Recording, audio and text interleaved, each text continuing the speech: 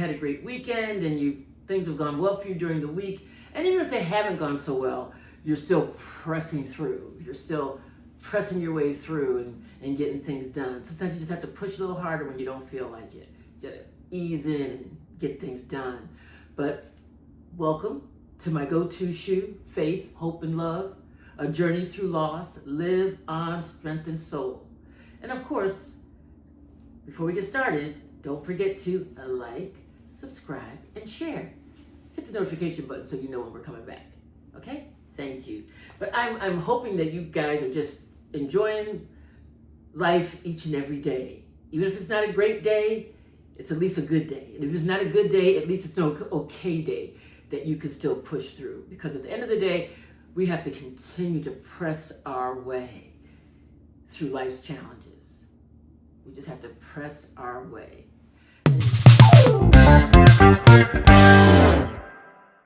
So what I wanted to share before we get started on my topic for tonight, I would like to just give you an update on where I am with my new lifestyle of eating.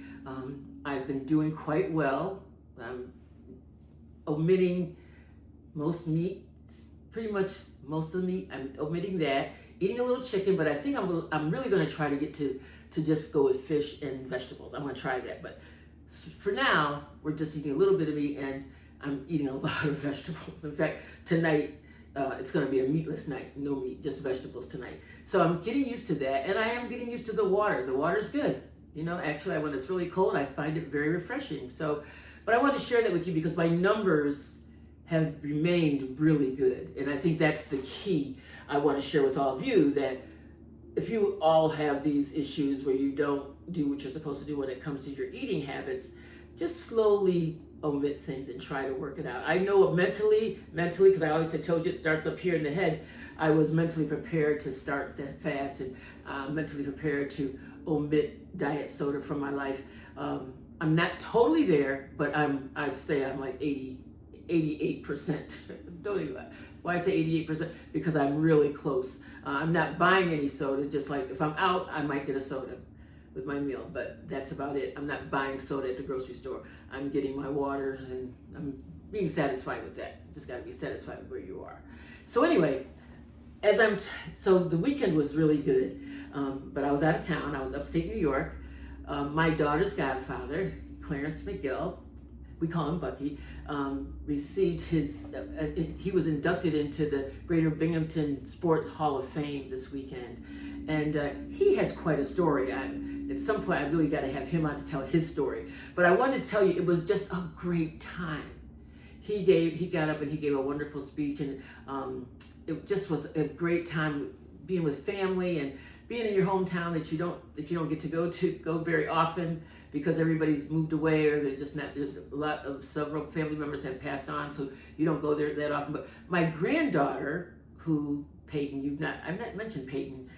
But anyway, she's getting her doctorate in 2026. So she drove my daughter and myself up there. And so I just thank God for my grandchildren. They're just amazing. My grandson, if I need him to take me somewhere, he's always available. And it's a wonderful thing to have these grandchildren. And then you get the little great grandbaby who just makes you smile. Anyway, so the weekend was just wonderful. We had a wonderful safe travels up there and wonderful safe travels back. We got some of our favorite foods up there while we were there. You know, we love Cortese Pizza was excellent as always. We wanted to bring some home, but can you believe it? They were closed on Tuesdays. We just got back last night. So anyway, it was a great time had by all. And I wanted to talk a little bit about Clarence because Clarence, and if you get a chance, his book, it's written by David Mark, but the book title is Leveling the Playing Field, the Story of the Syracuse 8. Leveling the Playing Field, the Story of the Syracuse 8. And Clarence McGill is one of those 8. But if it had not been for people like Clarence and this man, David Martin, writing this book on these gentlemen, you really, by reading this, you're going to know what this really means, why we need people to stand up for who we are. We really do. It's time not to sit back. It's time to stand up for all people, no matter what your issues are. I had to get my my potatoes out of the oven. So that's what that buzzer that you heard. So sorry about that. Anyway, getting back to the book, Level the Playing Field, the story of the Syracuse Eight. Just to give you, the book is written by David Mark, and he tells the story of these 8 young men when they were young and what they did at Syracuse University. It's a great story, and it's something that's so special that it's just a great read. In fact, a couple of the people I'll share with you, Leveling the Playing Field is a lesson in the costs and rewards when individuals and small groups of people stand for dignity in the face of intransigent institutions and sometimes mean-spirited authority. The story of the Syracuse Eight would not have been complete without this book. So, this it makes it historic. It's in writing. You can actually read it and see what actually took place. And these were young boys young men in college making decisions that affected the rest of their lives. It affected the rest of their lives. So another, and that was written by David Bilkin, Dean Emeritus, School of Education at Syracuse University, who said that. Another gentleman, Joseph Kangemi, Emeritus Professor of Psychology at Western Kentucky University, he says, this book is a must-read. If there's only one book to read this year, this is it. It will enlighten the reader about the historical unfolding saga, essentially, of the appalling experiences endured and the sacrifices made to create a better future on and off the field for African American athletes and others. They set a precedent. They stood for what they really believed. Leveling the Playing Field tells the story of the African American members of the 1969-70 Syracuse University football team who petitioned for racial equality for their team. The petition had 4 demands: access to the same academic tutoring available to their white teammates, better medical care for all team members, starting assignments based on merit rather than race, and the discernible effort to racially integrate the coaching staff, which had been all white since 1898. That's all I'm going to share with you in reference to the demands that they stood for. But that should give you enough interest to want to read the book, Leveling the Playing Field, the story of the Syracuse Eight. It's a phenomenal book. And I'm very proud to say that these young men stood for what was right, what was for integrity. They stood for what was correct. And sometimes, we just don't stand for what's right. And this was in what year was it that they went to school? This was in the 1970s. This was in the 1970s. This took place. But Clarence we've been friends. My husband and Clarence were best friends from school, like young kids.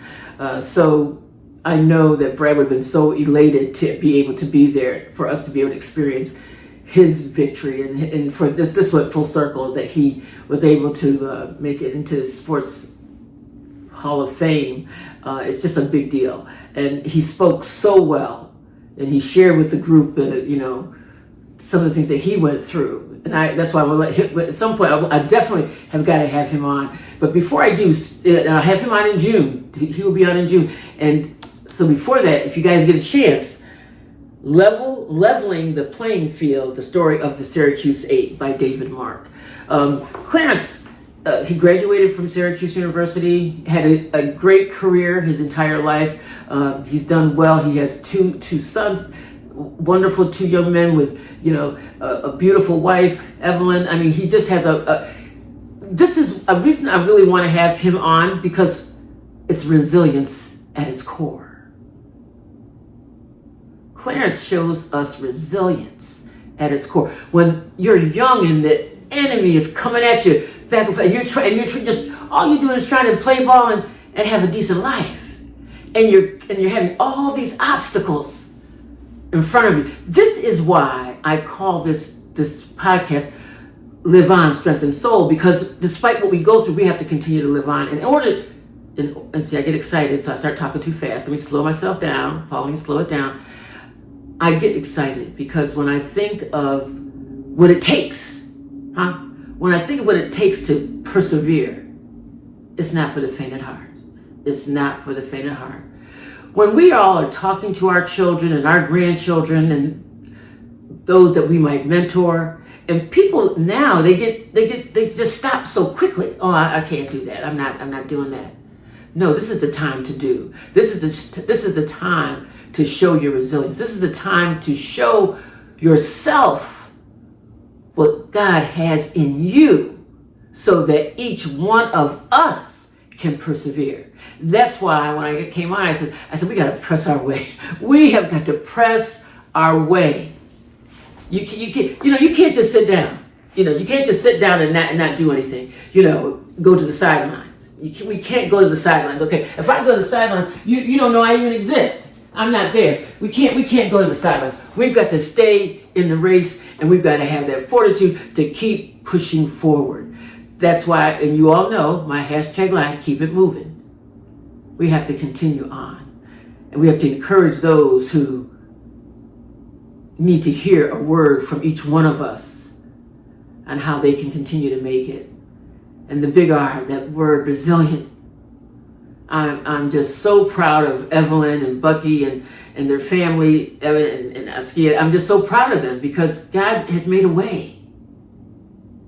And you know what's interesting?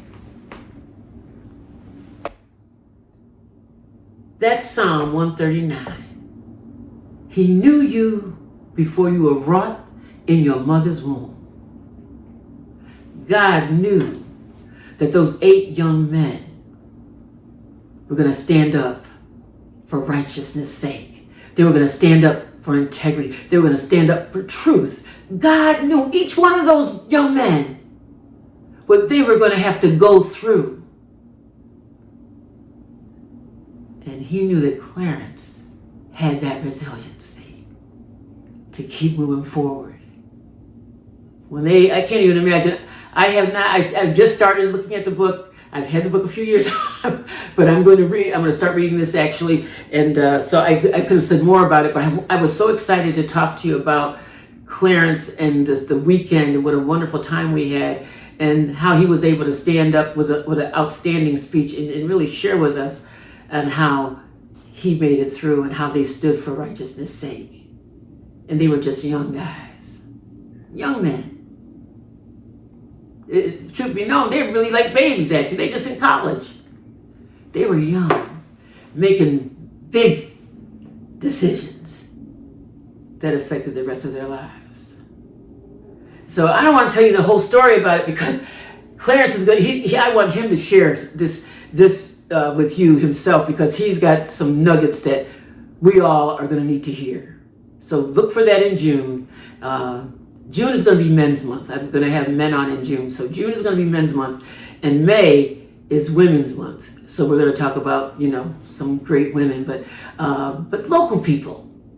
I want, if there's someone that you think that would be interesting to talk to about how they have resilience and how they live on and they're strengthened each and every day, feel free to share their name with me. Please feel free to share their name because I will be looking for them and I'll be talking to them from when we get started in our videos with live people and maybe have time for questions and answers. So I'm really getting excited about thinking of how we're going to move forward and raise the level of this podcast so that we can see you can do better when you know better, right? You can do better if you know better.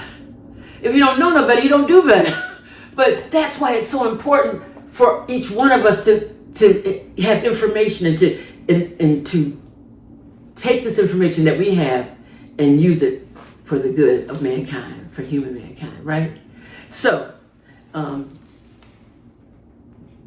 some point, in June, I will have Clarence Bucky McGill come over. Now he won't be face to face. It'll be virtual because he doesn't live here. So we'll have that interview. But the word I'm looking to you to really think about is that word resilience. and how no matter what you are going through, you can do it. You can do it. You can get it done. You can get it done. No matter what it is. Because as I always say, when you have that personal vertical relationship, and even when you don't, I'm going to say this, God is still looking out for you. But when you have this, that personal vertical relationship, when you tighten that up, then you start to have those conversations with Him, then you'll be able to hear what He has to say to you, and you'll be able to accomplish not just your own goals, but the purpose and the goals that are aligned with an all-wise and knowing God. Because He is all-wise and He is all-knowing. He knows each one of us better than we know ourselves. And that's the beauty of that relationship. So, that's all I've got for tonight, for today. I'm looking forward to the coming weeks as we kind of change a little bit. I'm looking forward to having these conversations with you all and come to the time where we can ask questions. And again, if you have any questions for me, please feel free to ask me any questions that you like. I will answer anything that you ask me. Now that I've said that, I'm gonna have to I'll try my best to answer anything you have to ask me. But anyway, I love you all. And the one thing you have to remember this, that God loves you. And the one thing we all need is love. He loves us better than we love ourselves. And because of that, He wants His best for us. And sometimes we want our best for ourselves so badly that we will do all manner of things to think that we're giving our best and getting our best, when that's really not what He has aligned for each one of us. So be patient. Be patient. Sometimes it's long suffering. It's okay though. Because the whole time, you're never at a standstill.